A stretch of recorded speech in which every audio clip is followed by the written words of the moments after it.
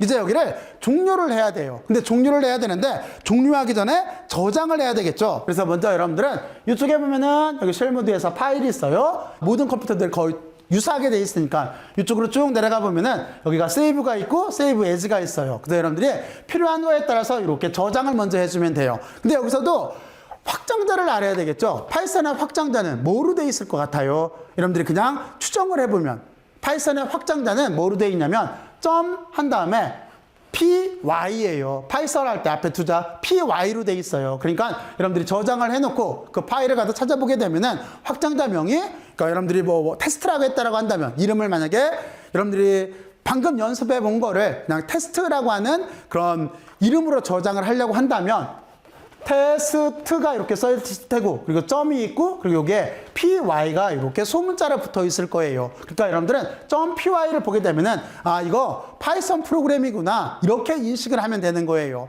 자 그러면 이렇게 저장하는 방법에 대해서 알아봤어요. 자 그리고 나서 그 뒤에 무엇을 해야 돼요? 맞아요. 이제 종료를 해야 돼요. 종료는 크게 세 가지로 이렇게 할 수가 있어요. 첫 번째는 어떤 거냐면 그냥 여기 X를 누르면 돼요. 그러면 여기는 프로그램 자체가 꺼져요. 두 번째는 어떻게 해야 되는 거냐면 여러분들이 여기 파일에 와서 아까 저장했던 세이브 이 아래쪽으로 내려가면 여기에 익스트가 있어요. 바로 여기를 눌러도 이렇게 프로그램은 닫히게 돼 있어요. 그리고 또 하나 더 편하게 사용할 때는 우리가 단축키를 이용을 하죠. 그래서 거기에 단축키 코드가 있어요. 그 단축키는 뭐냐면 컨트롤 Q예요. 컨트롤 누르고 Q를 누르면은 여기를 이렇게 닫게 돼 있어요. 그러니까 이렇게 프로그램을 종료를 할 수가 있어요. 자 그러면 여러분들은 지금까지 무엇을 했냐면 이제 파이썬을 다운로드를 받고 설치를 하고 실행을 하고 저장 및 종료까지 했어요.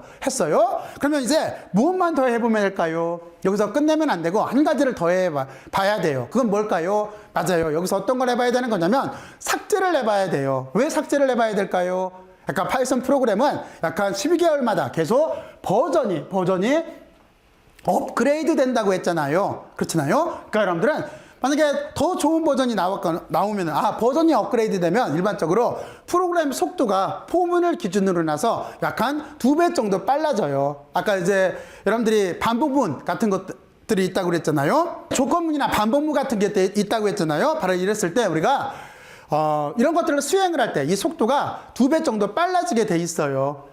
이해갔죠? 자, 그래서 여러분들은 여기를 나중에 여러분들의 목적에 맞게 이렇게 업그레이드를 해서 쓰려면 프로그램을 지워야 되겠죠? 그래서 그 지우는 방법에 대해서 잠깐만 알아보죠. 그 지우는 방법은 다른 프로그램을 지우는 방법하고 거의 똑같아요. 어떻게 하면 되는 거냐면 여기서 이렇게 보게 되면은 여기에 우리가 제어판에 가서 여기에 프로그램 제거가 있어요. 여기를 가서 거기를 클릭하게 되면은 여러분들이 여기에 가서 여러분들이 설치를 해놓은 파이썬 프로그램을 찾아요. 그리고 나서 거기를 제거를 누르게 되면은 다음과 같이 이렇게 언인스톨이 되면서 프로그램 자체가 이렇게 지워지게 돼 있어요. 그렇죠? 그리고 이것도 시간이 크게 오래 걸리지가 않아요. 이것도 수십 초에서 수분 내로 이렇게 끝날 거예요. 그러면 이렇게 파이썬 프로그램 자체가 전체가 지워졌다라고 하는 이렇게 메시지가 뜰 거예요.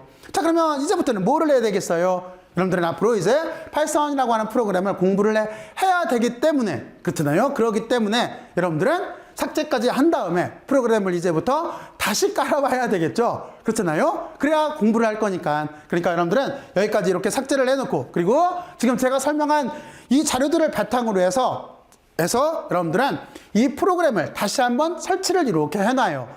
그렇잖아요. 그래야 앞으로 재미난 파이썬을 여러분들과 같이 이것저것 수행을 해보면서 같이 학습을 해나갈 수가 있을 거예요.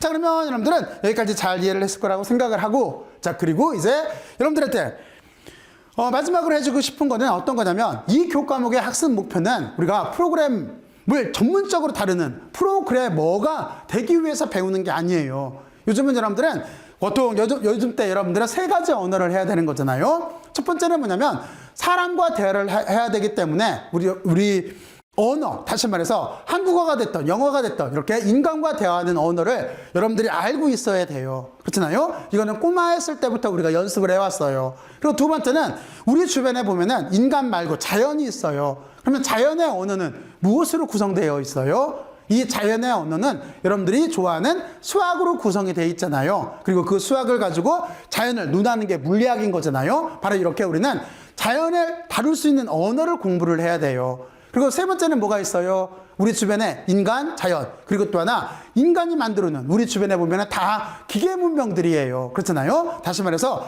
기계와 언어를 이제 주고받고 하는 시대로 바뀌었어요. 뭐 냉장고가 됐던 컴퓨터가 됐던 이런 모든 것들은 그냥 다 기계의 일종인 거니까 그렇잖아요. 그래서 우리가 앞으로 기계와 대화를 하기 위해서는 프로그래밍을 알아야 돼요. 그래서 우리는 또 하나 이제 여러분들 시대에는 프로그래밍 언어까지 이렇게 알아야 되는 시대로 갔어요. 그렇죠?